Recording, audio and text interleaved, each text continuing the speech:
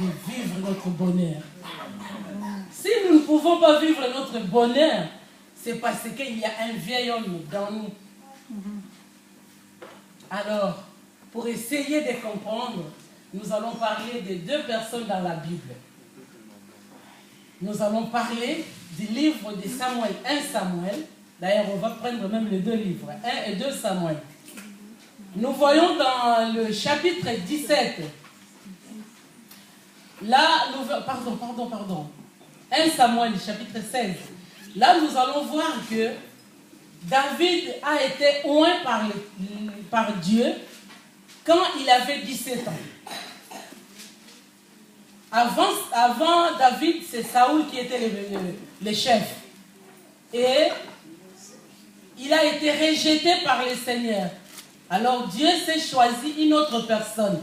Dieu s'est choisi David pour régner à la place de Saoul qu'il avait rejeté. Et nous allons voir que David était oint, était choisi, était élu par Dieu à partir de ses 17 ans. Il était encore enfant. Mais pour venir régner, David a galéré. Il est resté pendant 13 ans. Ce n'est pas facile, mes bien-aimés. Pendant 13 ans. Si nous lisons très très bien tout le livre de 1 Samuel, nous verrons comment David a souffert. Mais il était déjà le roi. Il était élu roi. À côté de ses frères et ses sœurs, ses parents, il a été élu comme roi dans tout Israël. Mais David ne pouvait pas commencer à faire son travail. Pourquoi? Parce qu'il y avait l'homme ancien, le vieil homme, Saoul, qui était rejeté par l'Éternel, mais qui était encore là. C'est qui cet homme, Saoul? Saoul, l'image de Saoul, c'est ce que nous pouvons trouver dans le livre des Galates, au chapitre 5, à partir du verset 19. Là, nous trouvons tout ce qui est là-dedans. Dans Galates, c'est ça l'image de Saoul. Saoul a fait souffrir David. David ne pouvait pas régner aussi longtemps que Saoul était là. Dans le livre de Samuel, on nous dit que David ne faisait que courir, fuir derrière Saoul. Mais nulle part dans la Bible, nous verrons que David était contre Saoul. Non. Non. Jusque dans le livre toujours de 1 Samuel, au verset 23, au chapitre 23, là nous verrons que David s'est enfui et Saoul était derrière lui. Mais arrivé quelque part, Saoul était fatigué et il s'est couché avec ses hommes. Tout le monde était couché, il dormait et David est arrivé. David aussi avec ses hommes. Ils ont trouvé Saoul en plein sommeil. Alors les gens de David ont dit à David, oh papa, mais regarde, ton ennemi il est là. C'est le moment, tue-le. David a regardé, il se dira, je ne me permettrai pas de mettre la main sur les oints de l'Éternel. Or Saoul était déjà rejeté par l'Éternel. Mais David a dit, je ne me permettrai pas de mettre ma main sur les oints de l'Éternel. Qu'est-ce qu'il a fait? Il a coupé juste le pan de sa robe. Mais son cœur commençait à trembler. Il s'est dit, oh mon Dieu, j'ai mal fait. Je ne pouvais pas le faire. Il fallait que je le parle. Et on continue dans le chapitre 24. Là, nous trouverons encore une fois. Quand il est arrivé à couper le pan de la robe de Saoul, après, Saoul s'est réveillé et David l'a appelé et lui dit, regarde, si j'avais envie de te tuer, regarde le pan de ta robe, je l'ai moi, mais je ne t'ai rien fait. Et lui, Saoul, comme il était malin, il y avait la haine dans Saoul, il y avait la jalousie dans le cœur de Saoul, il y avait tout, vraiment tout le monde que nous pouvons savoir dans le cœur de Saoul.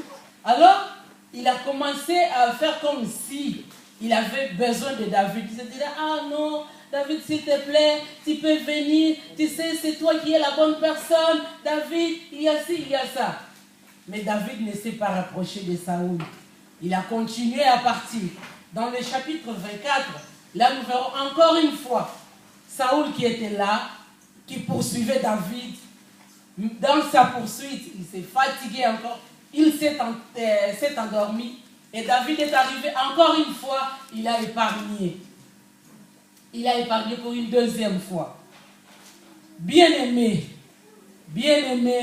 si tu es là ce matin, c'est parce que le Seigneur veut te dire quelque chose. Ce n'est pas pour rien. Ça fait presque un mois. On ne répète que la même chose. Si vous avez essayé de voir, avec notre frère Emma, le 16 février, il nous a parlé de la différence entre le monde et l'Église. Nous ramenons le monde dans l'Église. Il n'y a plus de différence entre les chrétiens et les non-chrétiens. Nous faisons tout ce que les païens font. Et d'ailleurs, il y a d'autres choses que les païens ont plus d'amour que nous, les chrétiens. Alors, le Seigneur continue à parler de la même sorte. Les dimanches, le mardi, pendant les retraites, le dimanche passé, mardi, mercredi dans les cellules de maison. C'est toujours la même chose qu'on nous parle. Toujours, on nous demande de détruire, d'enlever le vieil homme qui est en nous, d'enlever le corps charnel qui est encore en nous, de tuer Saoul qui est en nous et qui nous empêche de régner. Dieu nous a donné ce pouvoir de régner. Les jours où nous avons été baptisés, c'est ces jours-là où la voix s'est fait entendre. Celui-ci, c'est mon fils, c'est ma fille bien-aimée. Nous avons eu le pouvoir de vivre dans ce monde, de régner dans ce monde. Mais jusqu'aujourd'hui, nous n'arrivons toujours pas à faire ce que nous devons faire. Pourquoi? Parce que Saoul est encore là. Saoul est encore dans notre vie. Saoul est là. Saoul nous empêche de vivre. Saoul nous empêche de régner. Saoul nous empêche de vivre notre bonheur. Et ce matin, le Seigneur nous parle encore une fois d'enlever Saoul dans notre vie, de tuer ce vieil homme. Il n'a plus de place. Dieu l'a rejeté. Dieu l'a rejeté. Dieu n'aime plus Saoul. Dieu ne veut plus rien avoir de Saoul. C'est toi, David. C'est toi. Le jour de ton baptême, tu es devenu une nouvelle personne. Et tout le vieil autre chose qui était en toi était resté vain. Mais pourquoi? Pourquoi nous continuons toujours à aller demander secours à ce vieil homme? Et ça ne choisit pas de figure. Ça ne choisit pas de personne. Comme je peux vous donner un exemple d'un bon pasteur. S'il se lève pour prêcher et s'il commence à prier, il y a même des morts qui se réveillent, qui ressuscitent. Quand il prie, les malades sont guéris. Mais dès qu'il rentre chez lui, dans sa chambre, vite, il ouvre son ordinateur, c'est pour regarder les films pornographiques. Bien-aimé, Saoul est encore là. Saoul est encore là. Ce matin, Dieu nous parle. Le Seigneur veut nous parler à toi et à moi. Nous avons l'habitude d'être là. Dès qu'on commence à entendre un message, on se tourne devant, derrière pour savoir, ah, un tel n'est pas là. Ce message, c'est pour lui. Mais non! Mais non! Si tu es là, parce que c'est à toi. Parce que c'est toi qui dois changer quelque chose. Oh, bien-aimé, nous avons de la grâce. Nous avons choisi la bonne place d'être là. Parce que cette phrase, ce message, c'est à toi et à moi. Bien-aimés, soyez heureuses. Là, nous sommes chez les mamans, chez les femmes. Soyez contentes d'être là. Soyez contentes. Remerciez le Seigneur de t'avoir fait femme. Tu n'es pas que femme de ton mari. Tu n'es pas qu'une usine de fabrication des enfants. Mais si tu es là, tu es premièrement une amie et confidente de ton mari. Amen. Tu es amie et confidente de ton mari. Tu es conseillère de ton mari. Mais alors, en tant que conseillère, depuis que tu as connu cet homme, il avait sa famille, il avait des amis, Mais depuis qu'il est avec toi, tu l'as séparé de combien des amis? Tu l'as séparé de combien de personnes dans sa famille? Tu ne le veux que pour toi. Quelle conseillère est-il? Sa maman, belle-mère,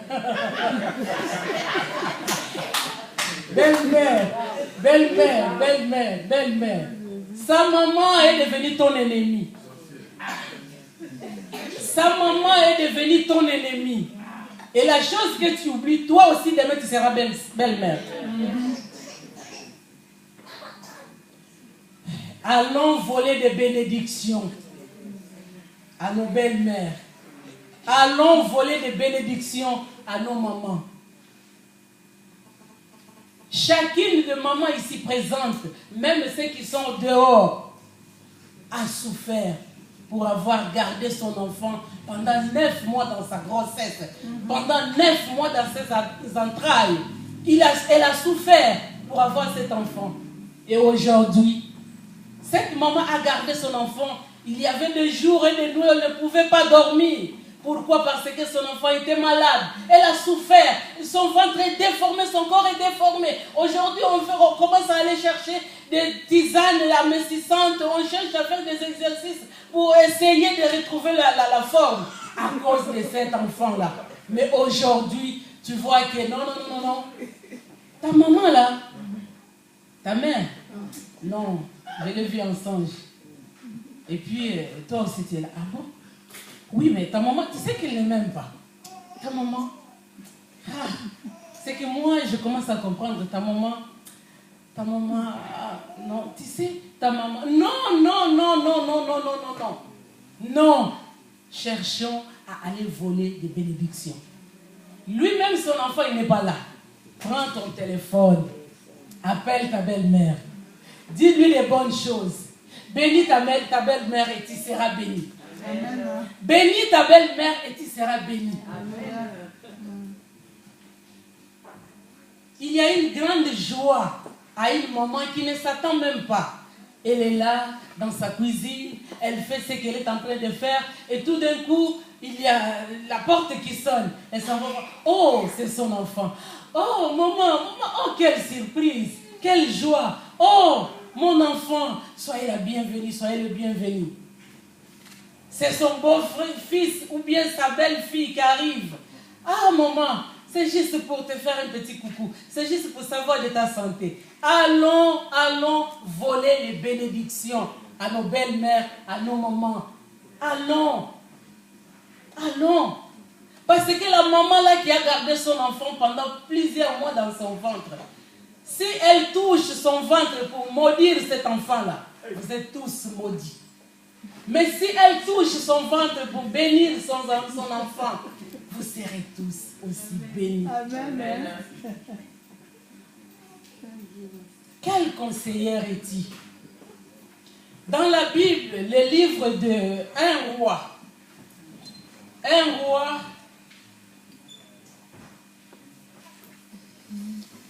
oh Jésus, un roi, bon, ça ne sert à rien de le lire. Un roi, là nous avons trouvé Naboth. Naboth avait une vigne. Et son vigne était à côté de la maison de le mari d'Akab. Alors, un jour, Akab, le mari de Jézabel, merci grand frère. Alors,